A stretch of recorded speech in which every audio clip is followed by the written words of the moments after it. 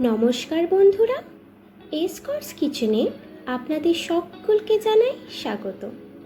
কথাতেই আছে মাছে ভাতে বাঙালি, কারণ বাঙালি প্রায় প্রত্যেক দিনের খাদ্য তালিকায় আর কিছু থাক আর না থাক মাছ তো চাই। তাই আজ আমি আপনাদের জন্য নিয়ে চলে এসেছি খুব সহজেই বিয়েবাড়ি স্টাইলে বানানো দুর্দান্ত স্বাদের বাঙালির এক জনপ্রিয় রেসিপি দই কাতলা। তো চলুন শুরু করা যাক আজকের রেসিপি দই কাতলা। দই কাতলা বানিয়ে নেওয়ার জন্য সবার প্রথমে আমি একটা প্লেটে 500 গ্রাম কাতলা মাছ নিয়েছি। এবার আমি এর মধ্যে দিয়ে দেব 1 চা চামচ হলুদ গুঁড়ো, 1 চা চামচ লবণ। এবার এই সব কিছুকেই আমি খুব ভালো করে ম্যারিনেট করে কিছুক্ষণ রেখে দেব।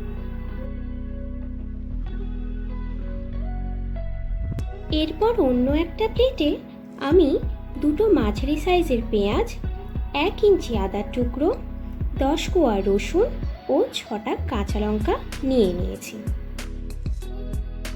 এবার আমি একটা মিক্সিং জারের মধ্যে রাফলি কেটে রাখা পেঁয়াজগুলিকে ভালো করে পেস্ট করে নেব।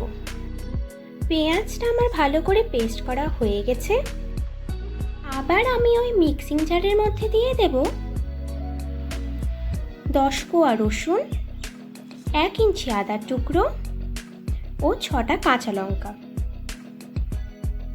এবং হাফ কাপ পরিমাণে জল। এবার এই সব কিছুকে আমি একটা স্মুথ পেস্ট বানিয়ে নেব। আদা রসুন লঙ্কাটা আমার পেস্ট করা হয়ে গেছে। এবার আমি ওই মিক্সিং জারের মধ্যে দিয়ে দেব 1 টেবিল চামচ পরিমাণে পোস্ত, 8 থেকে 10টা কাজু বাদাম ও 4 টেবিল চামচ পরিমাণে জল। এবার এই সব কিছু আমি একটা স্মুথ পেস্ট বানিয়ে নেব। এবার আমি একটা বাটির মধ্যে নিয়ে নিয়েছি 4 টেবিল চামচ পরিমাণে টক দই, 1 চা চামচ লবণ,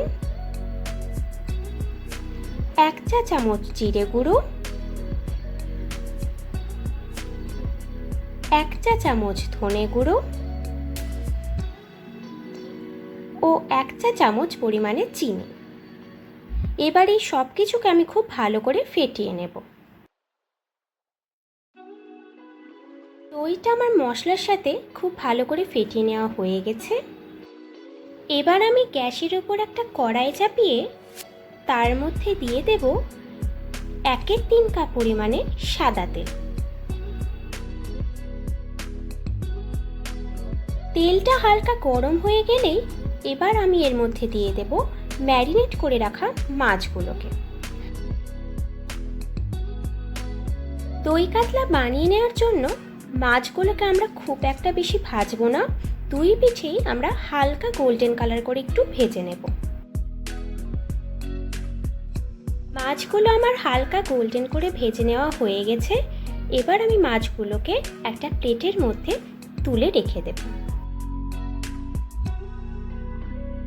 এবার আমি ওই মাছ ভাজার তেলের মধ্যে দিয়ে দেব একটা তেজপাতা, একটা শুকনো লঙ্কা, একটা এলাচ, দুটো লবঙ্গ ও একটা দারচিনির টুকরো। এবার আমি সব কিছুকে একটু হালকা করে ভেজে নেব। এরপর আমি এর মধ্যে দিয়ে দেব পেঁয়াজ বাটাটা।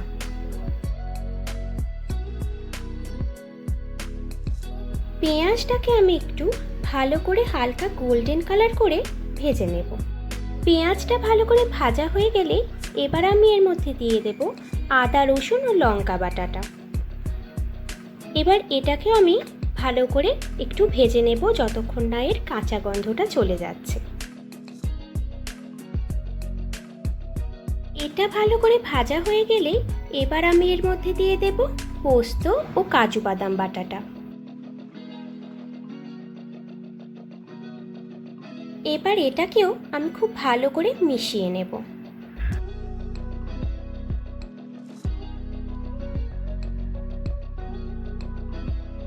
এরপর আমি এর মধ্যে দিয়ে দেব দই ও মশলার মিশ্রণটা। এবার এটাকেও ভালো করে কিছুক্ষণ কষিয়ে নেব। মশলাটা থেকে ভালো করে তেল ছেড়ে দিলেই এবার আমি এর মধ্যে দিয়ে দেব 1.5 কাপ পরিমাণে জল।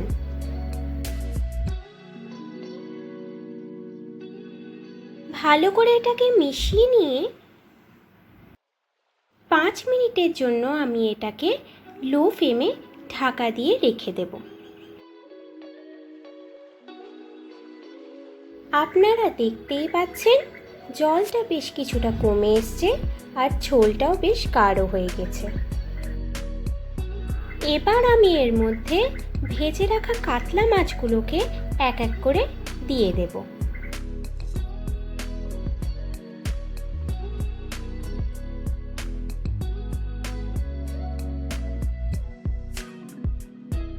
এবার আমি এর মধ্যে দিয়ে দেব 1/3 চা চামচ গরম মশলার গুঁড়ো, 1/3 চা চামচ ড্রাই রোস্ট করা কাসুরি মেথি। এবার এই সব কিছুকে আমি খুব ভালো করে মিশিয়ে নেব।